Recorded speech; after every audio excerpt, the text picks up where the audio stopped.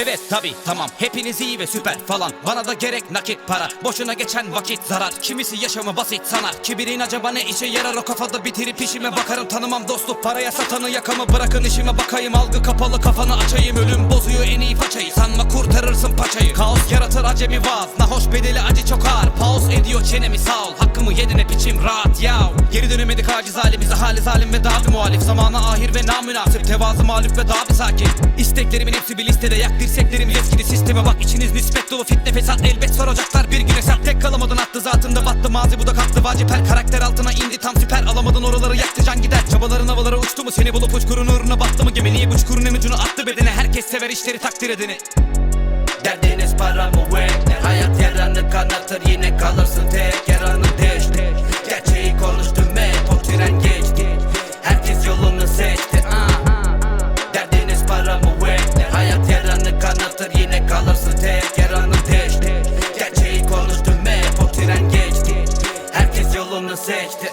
Herhangi birinin yanlışında tepkimiz rezalet. Hep sert, hangi birini kırmışım da kel başımda hep dert. Zamanla kaçıyor aklımız ve fikrimiz ihanet. Artık zamanla dönüyor devran, çarkı nefret attı. Kurunca kafada çok sorunla yaşıyoruz hayatı. Her gün bir şeye zam var, her gün şeytanın selamı. Kullanılıyor duyguları bu tertemiz yüreklerimde, karartılıyor iyi niyetler, öyle zaman yanıyor. Artı ayrılığın depresyonu, sonra bundan kurtuluşum. Kahpe başım sahne alışkanlığım, baş yaşlanır bu son buluşum. Aynen.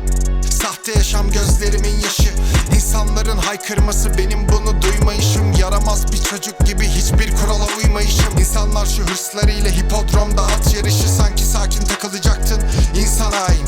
Bu gerçek daim, bunu da böyle belli bari. Gününün erken batmış haliyiz biz, hayatımız fani. Kafiye mani, bariz çok yutmuşsun yani, zafiyet hani. Yani yol tutmuştur abim.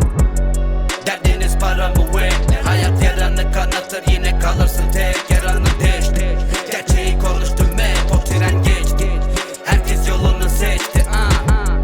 Derdiniz para mı ve hayat yaranı kanatır, yine kalırsın tek. Yaranı değişti, gerçeği konuştum hep, o tren geçti. Herkes yolunu seçti. Derdiniz para mı ve hayat yaranı kanatır, yine kalırsın tek. Yaranı değişti, gerçeği konuştum hep, o tren geçti. Herkes yolunu seçti.